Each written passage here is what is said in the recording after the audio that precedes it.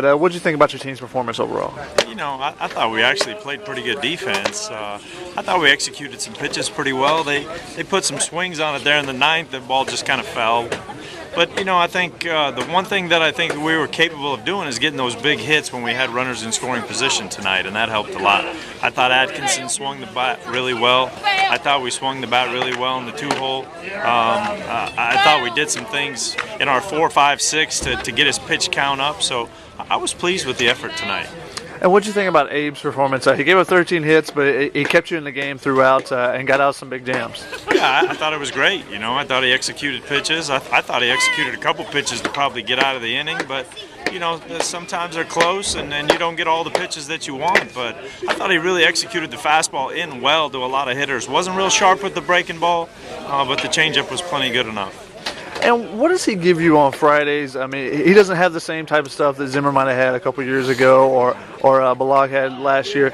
But, you know, he's a guy that's been in the rotation and is a veteran guy for you. What does he give you out there on Fridays? You know, I think he just gives us steadiness. He gives us a guy that's going to throw strikes, that's going to compete.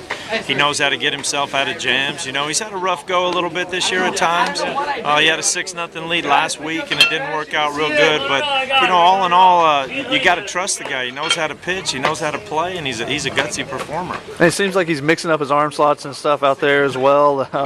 Is that something new for him? Because he's always done that. He's always dropped down, thrown the slider and the fastball, and try to gain a little deception. His velocity's down, which is a little troublesome right now. You know, usually he can pitch 86, 88. He probably was 84 tonight. Wasn't very firm, but gutsy performance with that stuff.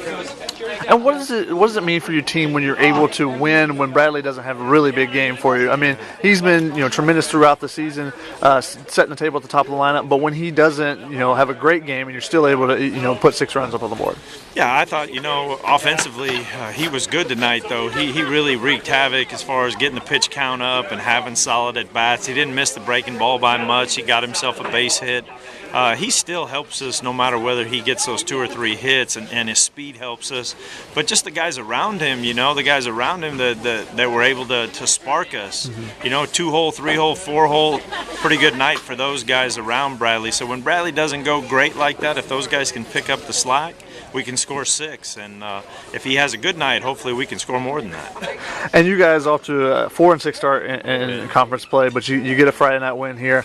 How important is this series, you know, after you've fallen a little bit of hole early? Oh, it's big. This is a big series for us, you know. Losing all 3 to Gonzaga to open the season, 1-run games.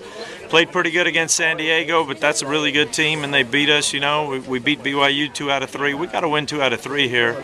It'd be nice to sweep, but we got to get 2 out of 3 out of the series to stay in the race.